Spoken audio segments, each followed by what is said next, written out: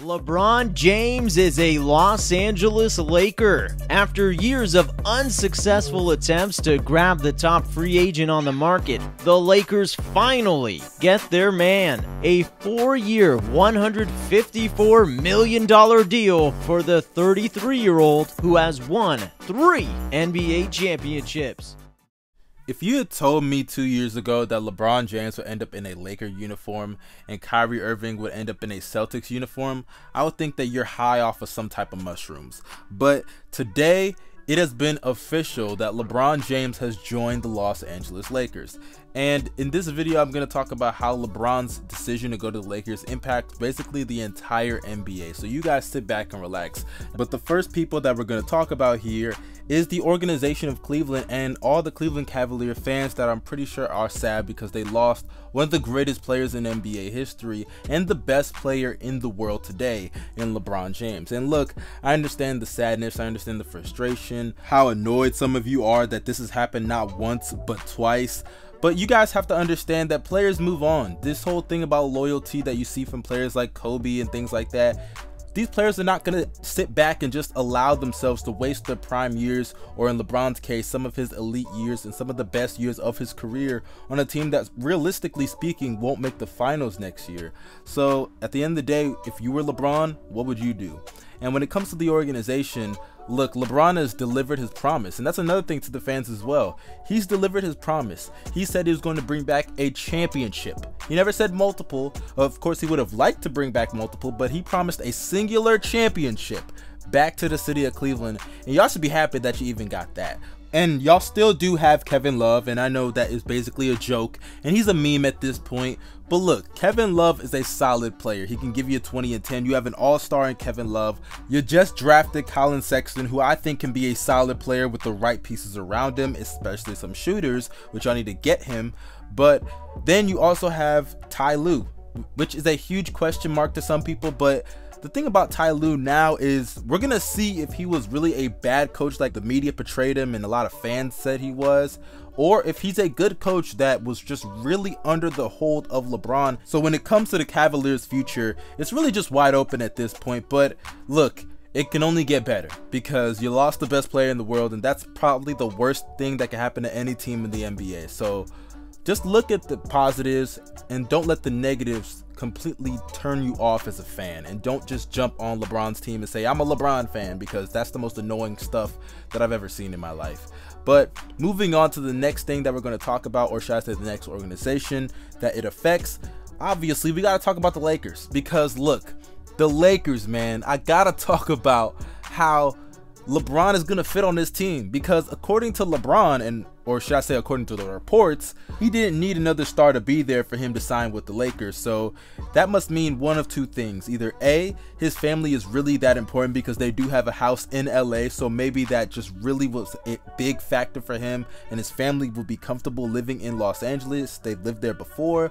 Or B, he must really have a lot of faith that they're going to get somebody else the next year, or they're going to get somebody this year in DeMarcus Cousins or trade for Kawhi, because I really just don't see why LeBron was signed there first. Because if he does not have confirmation that they're getting another player, he's basically throwing a season away, because there were reports that they were going to sign Eric Gordon, but Aaron Gordon already just re-signed with the Magic.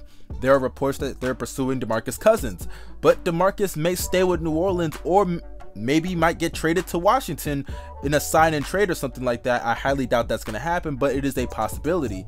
And also with Kawhi, are the Spurs willing to trade Kawhi Leonard to a team that could be a rivalry team? And let's be honest, they may not get equal return for him. So I've always viewed LeBron as a calculating person, and him doing something with variables and stuff like that, I don't know, I just never thought LeBron would do things like that. And I just thought that Paul George would be the domino that would have to fall first in order for LeBron to go to that team. But the next thing that is really a concern to me is the play style. How will LeBron James fit on this team? We all know when it comes to coaching, LeBron doesn't really mesh well with a lot of coaches, as he's never had a Hall of Fame coach and stuff like that. He has the market as a check, you know, the attraction to free agents, especially with him there, that's a check. They have solid ownership, that's a check as well. You also have the fact that, let's be real here, Lonzo can't shoot. And we all know that the key to LeBron James' game is spacing, and making everyone around him basically a spot-up shooter, unless he has a ball creator in someone like a Kyrie Irving or a Dwayne Wade. So when it comes to the team and the fit, I don't know. I mean, you also have players such as Brandon Ingram and Kyle Kuzma, who are solid young players, but let's be real, they are still coming into their own in the league. So I don't really know about the fit when it comes to this organization. Now, the next thing that we're going to talk about in terms of how it affects has to be PG, because man,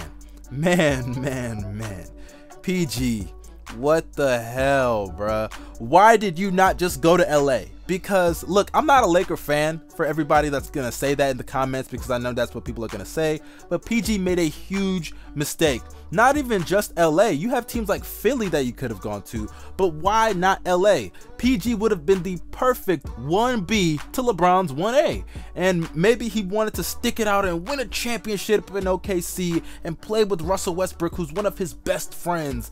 But look, was it really worth it? You missed out on playing with one of the greatest players that not only this generation or this lifetime or this decade or era has ever seen, but the NBA in its entirety has ever seen. You missed out on playing with LeBron James in your hometown and possibly getting Kawhi Leonard, which is basically a guarantee for 2019. So I don't know, man. Paul George, you are a loser here. You're a loser here. You signed a 4-year deal. And look, I understand that you wanted to get your bag, but look, LA could have given you some bag too. So this is just the L on Paul George's part. But look, the Thunder, that's a dub for them. That's a dub for their fans. They still kept one of the better players in the NBA. So that's a dub for them. But Paul George, that's a huge L for you. Now, the other team that this affects is the Warriors. We got to look at the Golden State Warriors here. Look, I still think the Warriors are going to win the finals next year, but they're going to have a tougher road now because the West is stacked, man. Oh my God. But we're not going to get into that at this point in the video.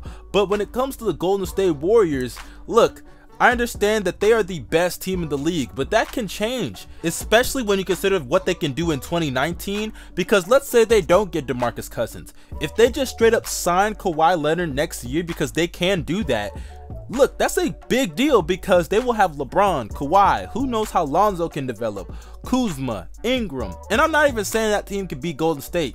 But having LeBron and Kawhi, two players that have shown when they face Golden State, they bring their A game each and every single time, or at least in LeBron's case, he tries to with that trash ass roster that he had in Cleveland in the finals this season. So when it comes to those two players being in LA, I definitely think that they could pull off an upset, because yes, it would still be an upset against Golden State. But hey, if they got DeMarcus in this offseason and then signed Kawhi next year, I don't know, man. It's going to be pretty tough for the Golden State Warriors to beat a team like that, because you have to guard 3 top 20 to 15 players in the league. LeBron James, Kawhi Leonard, who are 2 of the top 5 players, and DeMarcus Cousins, who's arguably a top 15, if not definitely top 20 player in the NBA. And I mean, they struggle at protecting the paint. Draymond struggles against bigger and taller guys. He can do it at times, but he's still gonna struggle. He's a guy that's around 6'8 to 6'10, so he's gonna struggle there. KD can defend, but he's not locking up LeBron or Kawhi. And Klay Thompson is one of the better 3-and-D players in the NBA, arguably the best 3-and-D player in history. But yeah, same thing with him. He ain't locking up LeBron or Kawhi. And Steph Curry is a defensive liability at times on the court. So when it comes to this team in Golden State, I think that they can match up well if they get 3 superstars: LeBron, Kawhi, and Boogie. And Boogie going to LA is definitely a possibility now with LeBron signing there. He has really impacted the entire league, which leads us to my last point. The East is trash. Oh my God. Garbage, garbage, and garbage. I mean, on the West, you got all-stars and all-NBA players, which I am assuming is going to take up 80% of the all-NBA team, by the way. You got the Dream Team in the West and the 2K generics in the East. I mean, man, look, the Celtics are respectable, the Raptors are chokers, and the Sixers have a bright future, but as of now, I don't see anybody knocking off any team in the West in the finals anytime soon. And the East is just going to keep getting weaker, and they're going to keep getting those top picks, but man, it's going to be difficult to surround them with talent. And I love Adam Silver, but bruh, you got to get rid of conferences because it's clearly hurting the NBA right now. And LeBron did not make it any better. He made it worse than it has ever been. And in conclusion, let me say this. LeBron James, the ball is in your court. You have chosen to go to this team with these young players. And look, it may extend your career, but your legacy is still what it was yesterday, the day before, and last week, and last month. To me, you are the second greatest player in NBA history, right behind Michael Jordan. But the thing that I see between you and all the other all-time greats is that these players, a lot of them were not moving at this stage in their career. And I'm not going to say that it's an embarrassment, but when you look at players like Scottie and Barkley, those are players that moved at the end of their career to ring chase. And I'm not saying LeBron's even ring chasing, but if he can create a team here, this is on you if you lose or win. And I'm not saying it's all on you, because I still do believe that at the end of the day, you need a team just as much as a team needs you. But the ball is in your court, and it's all up to you, whether you lose in the first round or the NBA Finals. I'm gonna still hold every single loss and win against you or for you. This is your boy Your Mustard signing out. Y'all make sure y'all have a great day. Also subscribe if you're new to the channel. Hit the bell next to my name. Drop a like if you liked the video. This is your boy Your Mustard signing out. Y'all have a great day. Peace.